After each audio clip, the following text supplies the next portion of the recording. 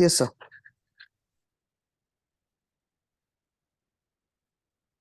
At the outset, I express my gratitude for giving me this opportunity to share a fragment of our original research, which deals with live microvascular and vasculolymphatic microcirculation in deep fascia. The red color of the flower represents blood, and the straw color represents lymph. During this presentation, you will appreciate how through simple, effective parameters, a research project progresses to attain its destiny.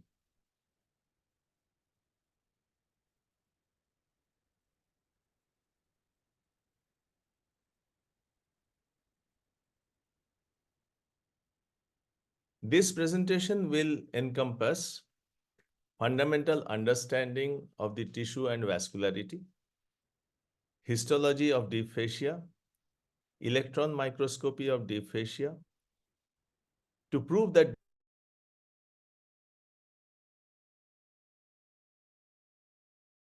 in web membrane of toad, live microcirculation in human deep fascia, live lymphatic circulation in human deep fascia, comparison of the two, and the effect of surgical insult on microcirculation. Now, here it is essential to mention that how we prove the tissue, that is deep fascia, is thin enough, and why we require it. Because a tissue has to be transparent to be witnessed, to be examined, and to visualize microcirculation. In our body, from head to toe, we have few transparent structures like dura, cornea, pleura, omentum, tunica albuginea, periosteum, and deep fascia. Now, most of these above mentioned tissues are difficult to be brought under the microscope in continuity with the body.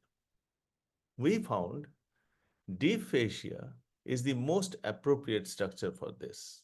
However, one can try the omentum also, which has a long segment and can be brought under the microscope. However, it will require much more mutilating procedure. Thus, for survival of flap or for wound healing of any surgical procedure of any specialty requires supplying vessel which forms anastomotic channel within the tissue constituents. Therefore, the incorporation of these vessels are essential so that there is adequate intravascular circulation to perfuse the tissue, which leads to normal wound healing. If there is derangement of this, then there is problem with the wound healing. Therefore, it has two parts. The supplying vessels, which we call the perforators, the smaller vessels or the named vessels, and the microcirculation in vascular network of various tissue constituents. Knowledge of perforators deals with their location, number, caliber, and direction, as well as the perfusion pressure as per their internal diameter.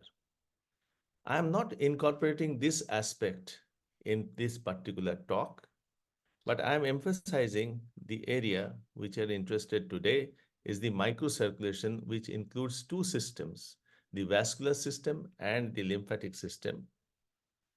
All these constitute the dynamics of circulation.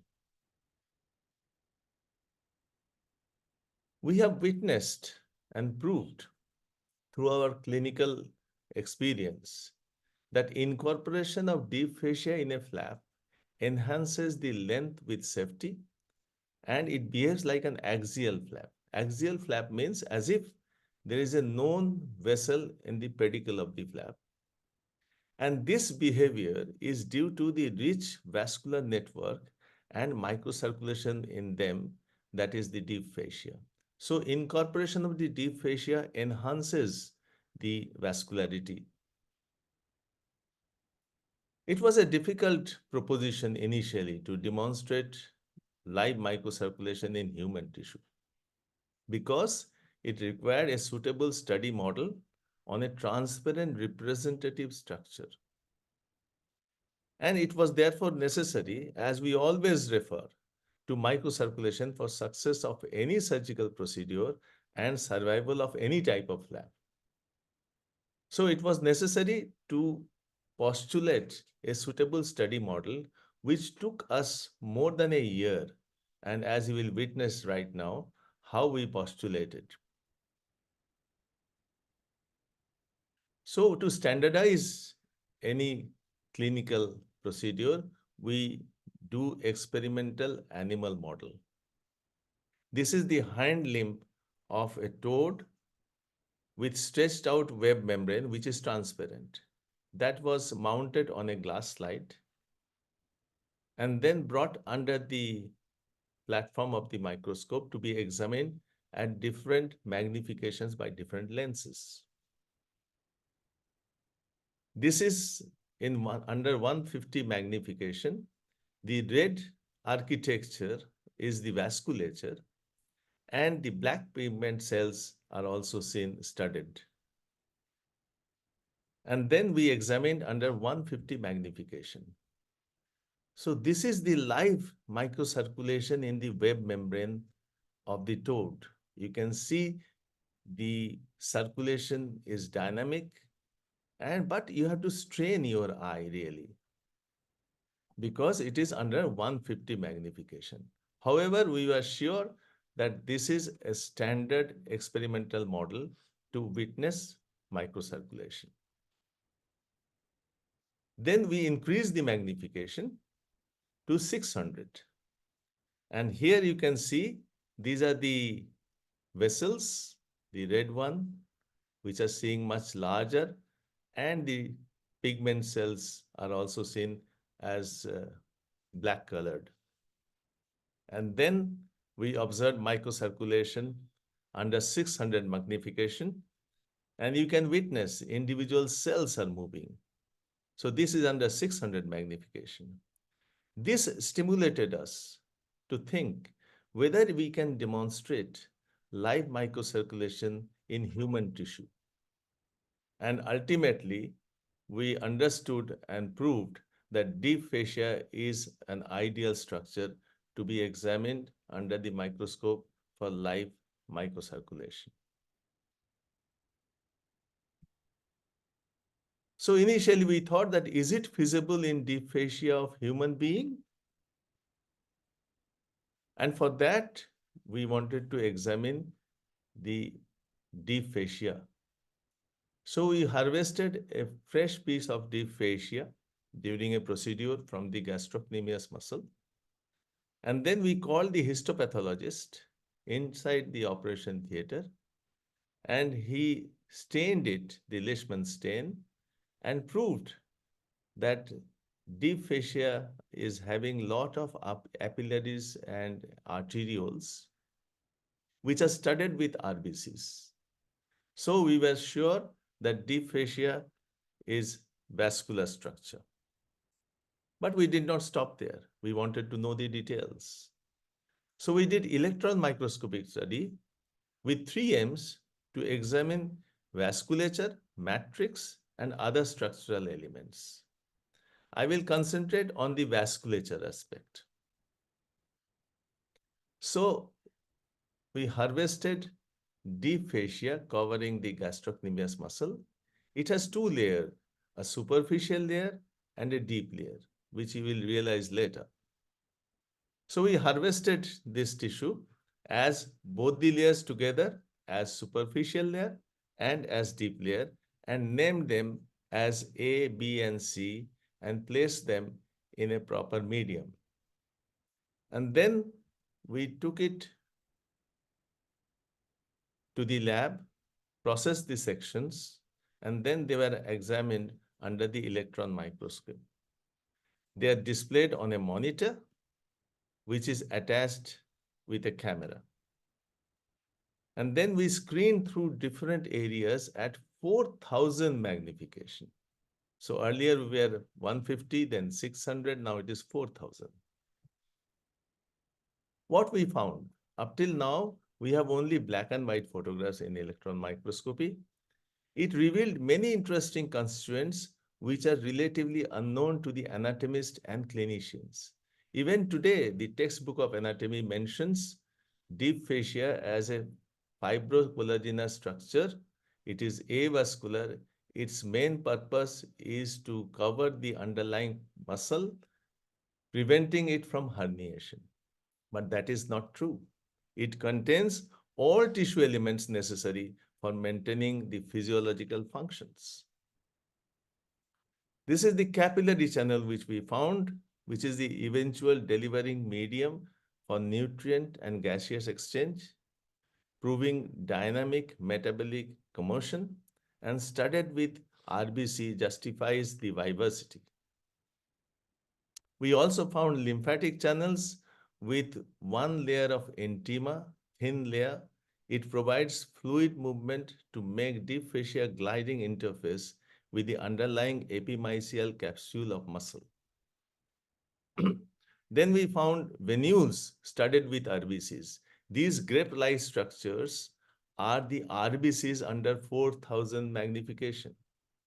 And we all know that the lymphatics and venules drive out fluid from the flap, or for that matter, following surgery when there is edema, the edema subsides because of the venules and lymphatics. And then we found arterioles, the precapillary vessel with thick intimal layer and with RBCs and WBCs. This was published. Then we went to the clinical condition. Here is a case where there is a distal defect around ankle.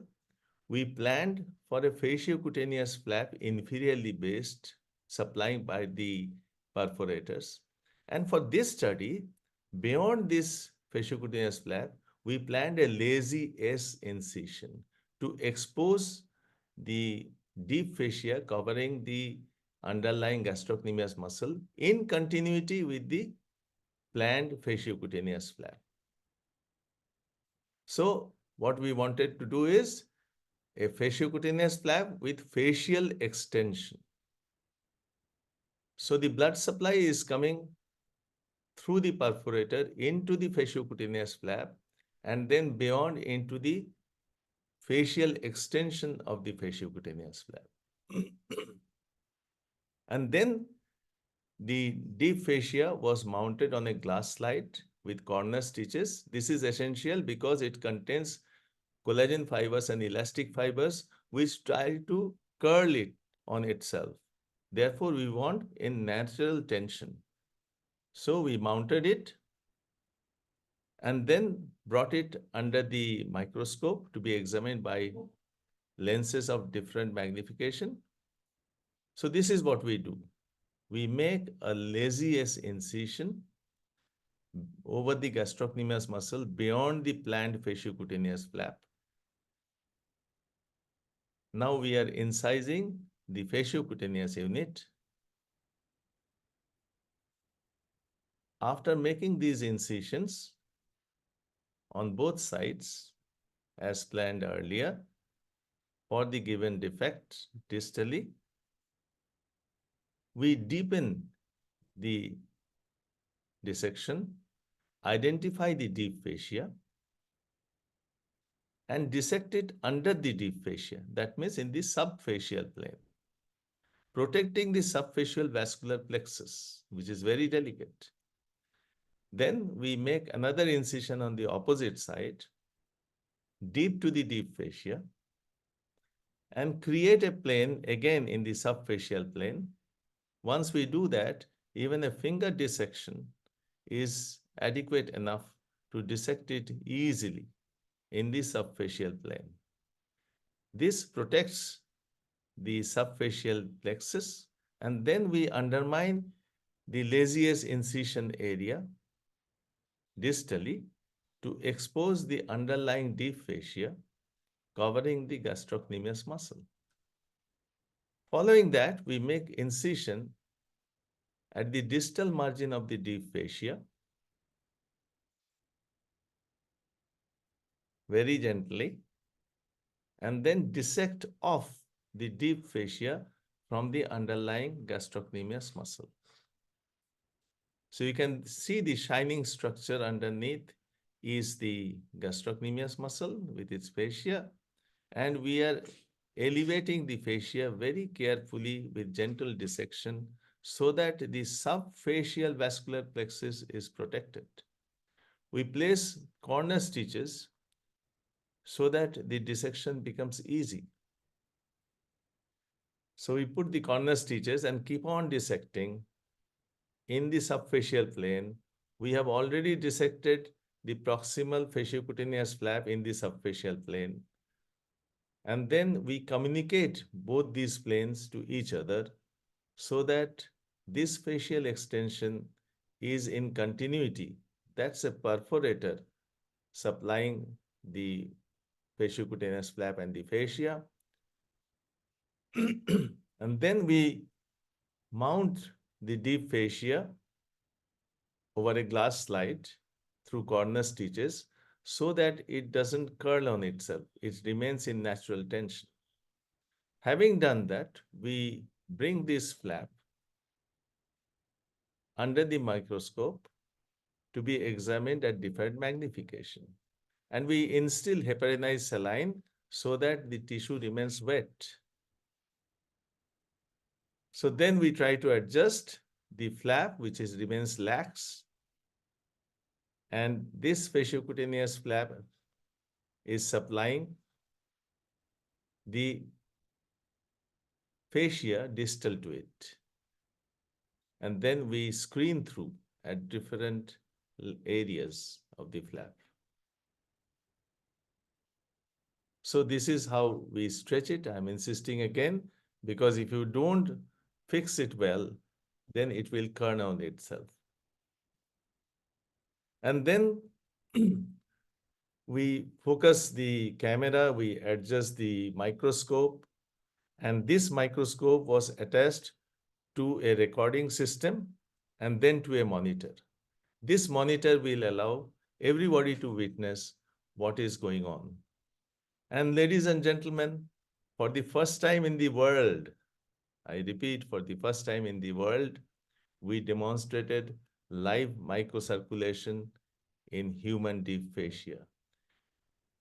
The superficial layer is having the suprafacial vascular plexus. You can see the blood flowing, and you can also see blood flowing in the deeper layer of the deep fascia. There may be convoluted loop according to the nature and structure of the vascular architecture, and you are able to see it with little less distinctness because this is happening in the deeper layer of the deep fascia. The superficial layer is covering it. So that again proves that the deep fascia having two layers. So blood is flowing. This is the live circulation in the convoluted loop. Then in higher magnification, again, you can see individual cells moving. The adjacent white glistening structures are the fat globules.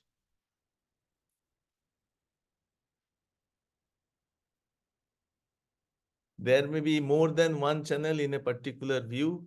Blood flows in a high speed and in different directions. This is the essence of life. This is what is happening in every tissue of our body. If this ceases, we cease to live. We cease to survive. So this is the essence of life. And for this, we tried for years that we will be thinking and doing this. And ultimately, we got the success. You can see the speed of blood. We got patent for it also.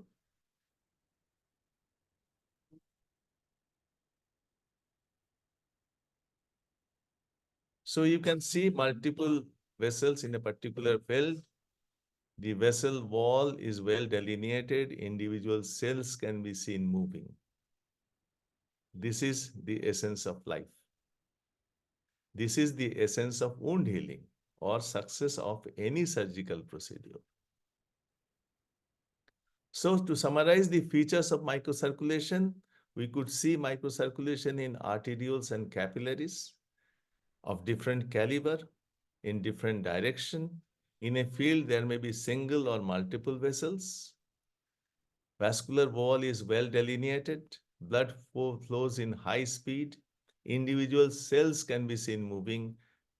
However, with the passage of time, if the tissue dries, the flow reduces. Ultimately, sludging of cells occurs. So tissue has to remain wet. That's what is happening in our body.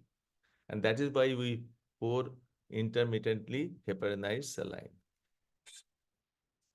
And then, excuse me. In children, both the layers of deep fascia is seen as one unit, which allowed visualization because the structure is thin. But if it is more than 12 years, deep fascia was thick. Therefore, distinct circulation was difficult to see. So, two layers of deep fascia were separated, keeping a common base in continuity with proximal fasciocutaneous flap. And both the layers demonstrated independent circulation. So what I mean is that this is the fasciocutaneous flap and this is the deep fascia extension. So this deep fascia was dissected into superficial layer and a deep layer. As you can see here, we have incised the superficial layer, which is thin and transparent. You can see the instrument, the scissor through it. Very delicately, this layer was dissected from the underlying deep layer of the deep fascia. This layer contains the suprafacial vascular plexus. So since it is thin, one has to be very delicate in dealing with it so that the vascular network doesn't get damaged. And then we start dissecting the deep layer of the deep fascia from the underlying muscle, the gastrocnemius. This is a thicker layer. This contains the subfacial vascular plexus.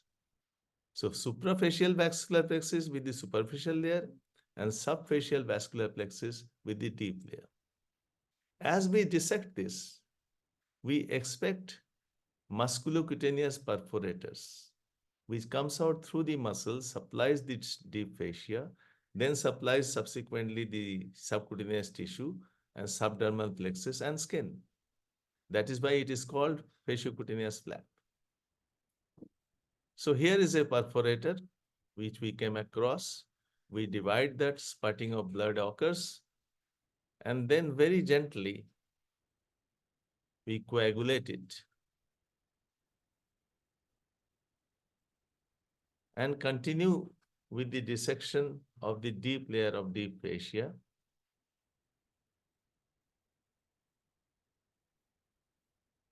So this is the deeper layer of deep fascia being dissected off the underlying gastrocnemius muscle. So now we have both the layers, superficial layer and deep layer of deep fascia in continuity with the proximal fasciocutaneous flap. So what we planned is that we will mount them separately to demonstrate whether they are having individual blood supply. So I'm holding the superficial layer as well as the deep layer like a fish mouth and would like to demonstrate whether they are having independent blood supply.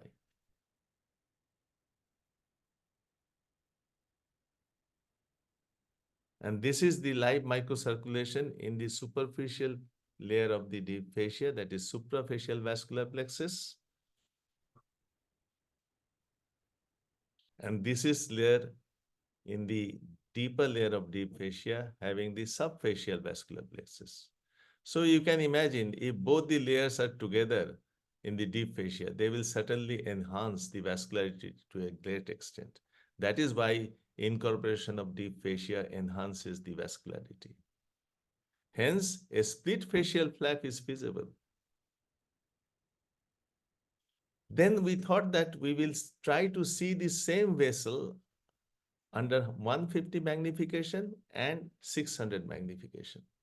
So this is the vascularity which you are seeing, and this is the same vessel under 600 magnification. The earlier it was 150. So 600 magnification gives much more information certainly.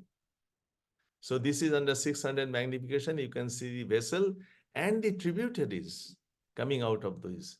These tributaries are supplying throughout the tissue at different levels through their network.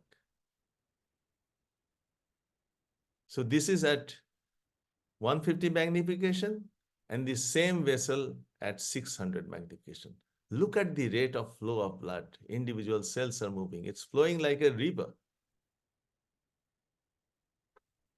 And then we thought that we will trace the vascularity from the distal part of the flap to the proximal part of the flap.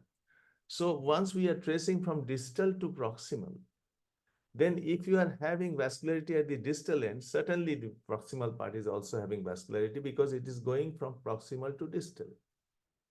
So this is what we are trying to demonstrate here. You can see two vessels are joining together to make a larger vessel. All the other vessels which you are seeing, they are having vascularity.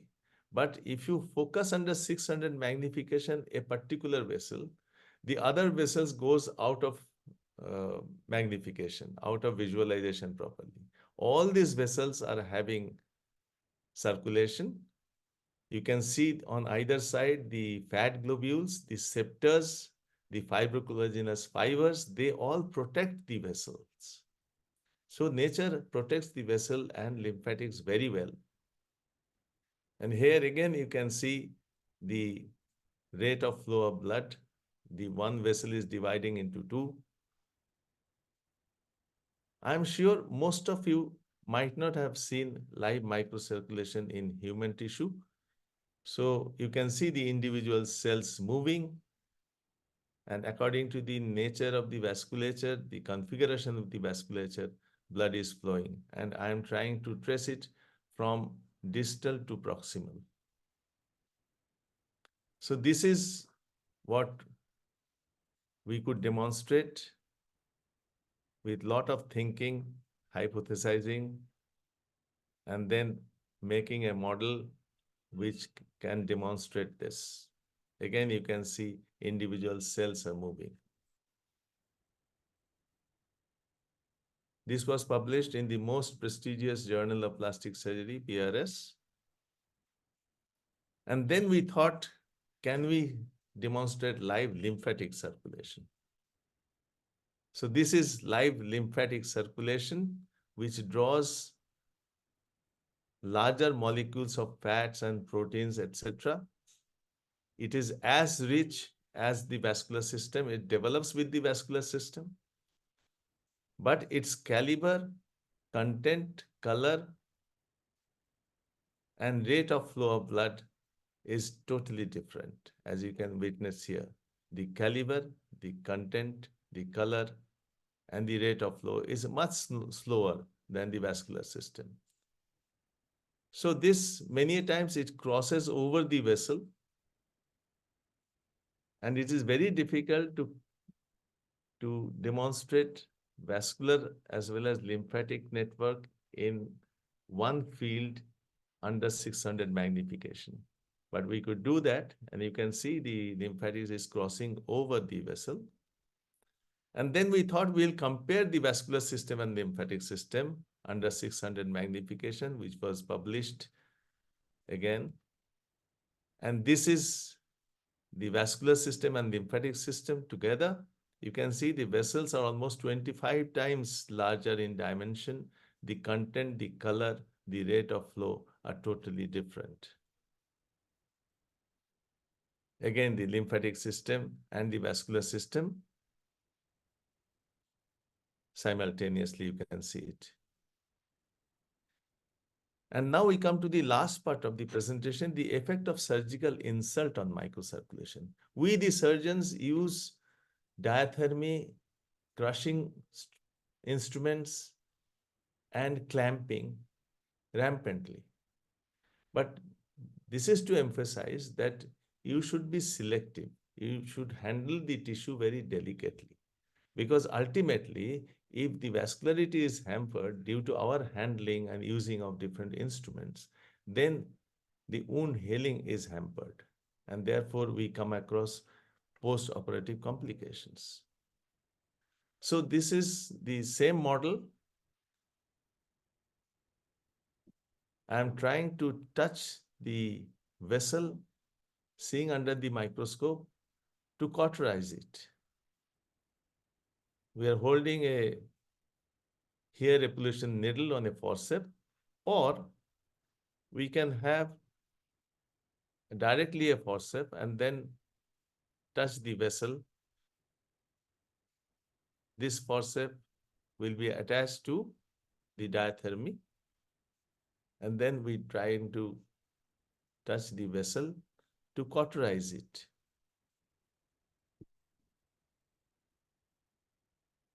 But as I mentioned earlier, when you try to use the cautery to cauterize a vessel, the vessel is very well protected, as you can see. You can't reach it very easily.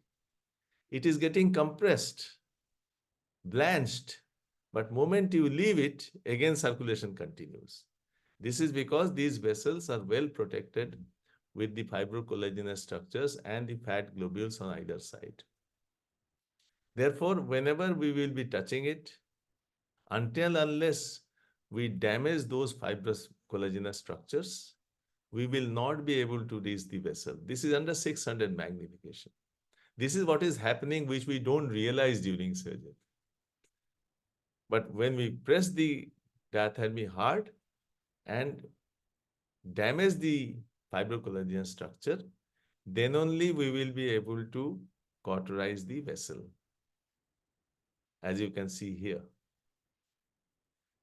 So this is the competency of the fibrocollagenous structure. Then once we have pierced that, what happens on the vessel wall?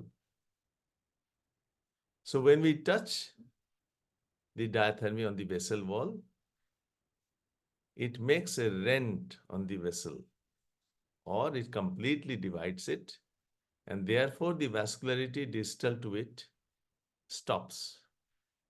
So this is the rent created on the vessel wall. However, when we try to cauterize it completely, a particular vessel, then blood comes out like a firework from the intravascular space to the extravascular space in this manner. What I would like to emphasize is try to do selective cautery as much required. Do not do unnecessary extra cautery with higher power, because our aim is that we should have the circulation, as you can see here, in the adjacent vessels, which will give adequate blood supply for wound healing. So all these vessels should not be cauterized randomly. Next part is the crushing. We use tooth forceps or any crushing forceps. This is a tooth forceps under 600 magnification. And when we try to crush a tissue, therefore it crushes the vessel and damages unnecessarily the multiple vessels supplying the area. And once we do that, the blood comes out like a volcano. This is what is happening under 600 magnification. So we should try to use lighter forceps, delicate forceps. Now the effect of clamping. This is the same facial extension of fasciocutaneous flap. We are trying to put a non-crushing clamp on 50% of the width from one side, and then we'll put another clamp from the other side. So we lock it very gently. The other clamp is being put. Now the distal fascia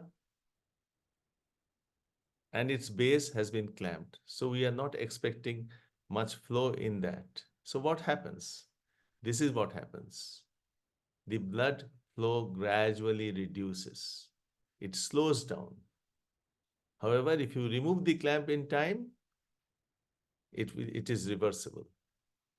So if you keep on the clamp for longer time, then the blood flow distal to the clamp gradually reduces. And ultimately, it moves in a jerk due to the sludging of the vessels and RBCs and clot formation. So this is what happens. And ultimately, the blood flow stops in all the vessels distal to the clamp. So if you trace all the vessels distal to the clamp, you will find the same physiological disbalance occurs and the blood flow stops in all the vessels in the vascular architecture. This was again published. So in conclusion, ladies and gentlemen, it has been a long, fruitful journey to understand and witness live vasculolymphatic microcirculation in human tissue. These have been studied in pedicle flaps. It requires further studies to distinguish circulation in arterioles and venules. See, every research project will have some lacunae, and that lacunae stimulates you to do further research. Till now, whatever you saw, we could demonstrate the vascular lymphatic circulation, but regarding vascular circulation, we are not yet sure whether we are watching on arterioles or venules. And the further study which is necessary is on the days of free flap, where we detached a flap from one area and attached to another area through a recipient vessel, the hemodynamics are different because whatever we demonstrated is in continuity with the vessel. When we transfer a free tissue, then we might anastomose a smaller vessel to a larger vessel end to side, and therefore the blood flow of a larger vessel is much more, the force is much more. However, the smaller vessel of the recipient flap accommodates because it has a capacity to dilate. But under this model, the hemodynamics of free flap is different. However, it can also be studied in the same model and compared with a pedicle flap. So we have given the model. The same flap before detachment can be studied in a fashion which we did. And then the same flap after attaching to a distant area on a major vessel, on a larger vessel, one can demonstrate the microcirculation. And therefore, these two can be compared in the same model on the same patient so that there is no disparity in thinking because the standardization has been done. So it's a common standardization. Therefore, ladies and gentlemen, we could demonstrate live vasculolymphatic circulation in deep fascia. And once we have adequate circulation in our tissue, the life is beautiful. Thank you very much for your patient hearing.